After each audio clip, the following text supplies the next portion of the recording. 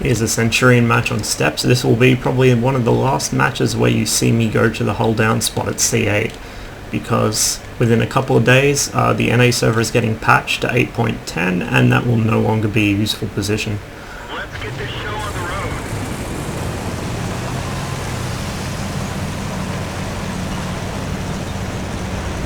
Our team is pretty bad aside from our platoon, but the enemy team actually were not really much better. So you can see it's about a half-half split at this point. King Tut's come with me, Hardest is watching the west side with his big fuck-off gun. I spot a T-54 and bounce off its side armor with a 268mm penetration APCR shell. Very lucky. I think what happened was a shot went a bit low in the aim circle and actually went under his tank and bounced off the lower hull or something. Either way, he's in deep shit now. His teammates are all crossing and stopping in the open. The Conqueror has very good on the move accuracy, so I'm not sure what possessed him to stop there, but I'm glad he did. And then he does it again. Not the sharpest tool in the shed. JT-88 stops in the middle of the open field. Completely stops. Just incredible. He probably thought he'd get away with it because there's no artillery, but the Centurion's gun just eats those things alive. The front armor basically doesn't count. So you can see that T-54 is getting bullied now by our IS-8 and T-69. The Conqueror exposes himself like an idiot, just drives up straight into our guns. This JT-88's making a complete nuisance of himself, so I decide it's time to deal with him. Our T-69 just got ganked by the 54 Conch, and I think the 5120 as well. But that's okay, because King Tut's going over to deal with them. The 704 is pushing up as well. I start pushing that way to help engage, and then I notice this little bastard sneaking up my side.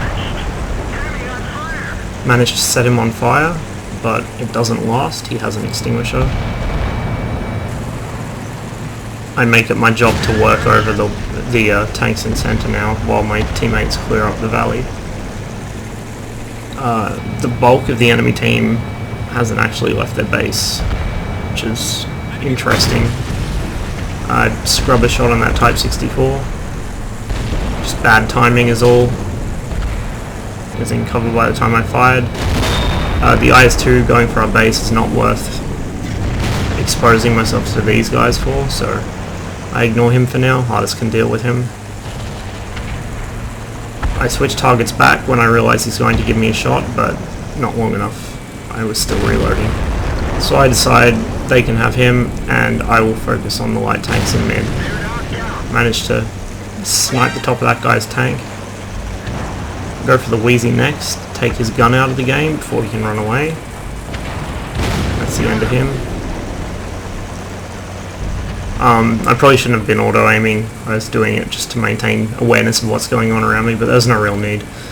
He was driving away from me, so I did get away with it. He wasn't turning or trying to evade or anything. Had he been, I would have had to aim in first person. Auto-aim just wouldn't cut it. Although with the shell velocity of the Centurion's gun, you can kind of get away with it at times. I wouldn't recommend it though. So the Awful Panther is hiding behind a rock. These guys are out in the open. I managed to get a lucky snapshot on the move into the FCM. Centurion has quite bad track and turret bloom, but sometimes it will pull off miracle shots like that. Missed my shot on the T-34-1, but that's okay. I have plenty of time to fight him out in the open. There's no arty to sort of weed me out from my position, so I can just hold down to him and engage from a distance, which is where my tank is strongest. He decides he doesn't want that, so he dives into cover, and I decide to go and help Hardest with the IS-6. Because this JT is behind a rock, I can't get a shot at him.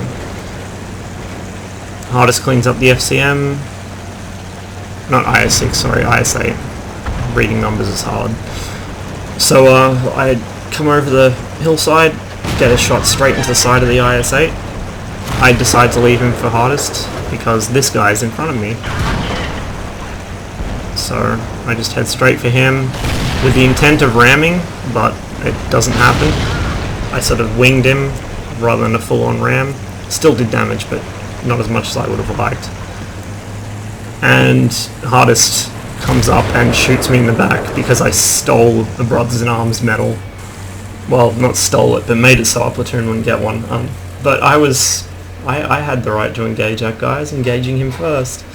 Doesn't really matter. We got 9 kills between the members of our platoon. We did quite a lot of carrying. It was a good match for all of us, so I was quite happy with that. Brothers in Arms medals are a dime a dozen. I don't really worry about them. What I do like are crucial contributions.